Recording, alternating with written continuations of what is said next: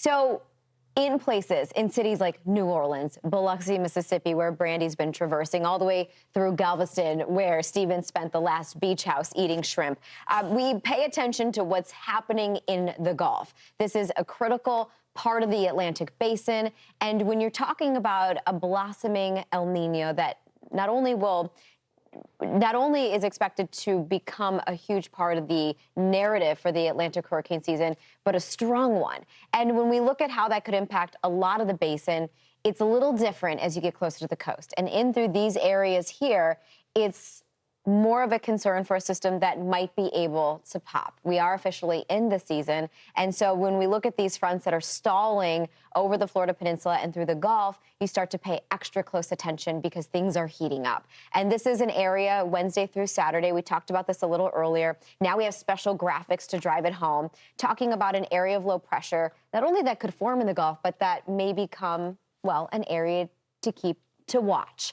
When you talk about the moisture associated with this, converging along that boundary, an area of low pressure that could form, I think, Stephen, we talk about, well, could it become tropical or not? Because either way, you get the same impact with enhanced moisture for the coast. But if that low stays more connected to that boundary and associated with it, it's never allowed to fully take on fully tropical characteristics. Yeah.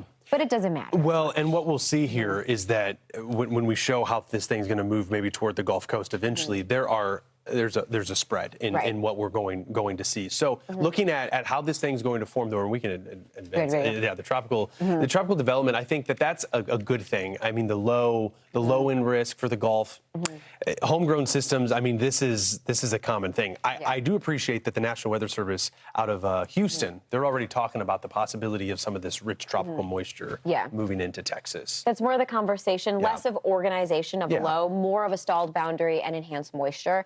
I was talking to Stephen just even today with Houston. The heat indices are around 100, 104. So if nothing else, they said the rain will help mute that temperature high.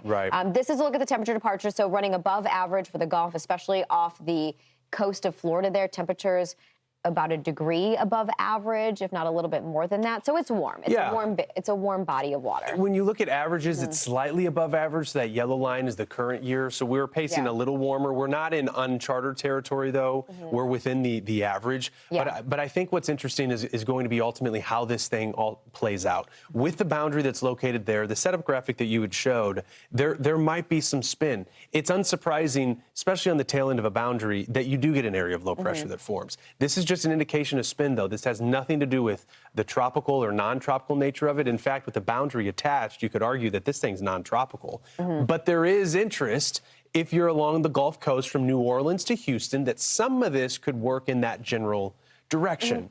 How rich from a moisture content, though, will this area of low pressure be? A lot of dry air with it. A lot of dry air. We showed earlier you have an area of high pressure just to the north, so that's going to be dragging in some of the drier air. The moisture following that fetch, again, I mean, you could consider subtropical moisture, tropical moisture getting shuffled into the Gulf Coast here. So the main story remains is what sort of rain activity could we get? How saturated could it be?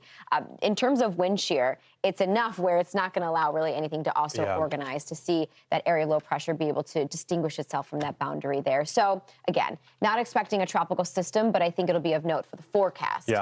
For these areas here. To show that graph model, it's at the very end. So watch how this spin actually goes. That spin goes to Houston. This spin stays a little closer to the central Gulf Coast into New Orleans. So there is a huge spread on where we might see the focus of the moisture. But it's interesting, you know. It looks like that we might have some sort of spin in the Gulf. Could be non-tropical, likely will be non-tropical. But what the Houston office said, 2 to 4 inches of per hour rain rates, that's tropical. That's tropical. It's rich. I think that's the most important thing to take away from it. But good thing we don't have a beach house in New Orleans right now. I know, and good thing or this Gulf Shores, Alabama, which is also down the road. But this thing's in and out this weekend. You know, it moves ashore, and then we're done with it. So that's some good news.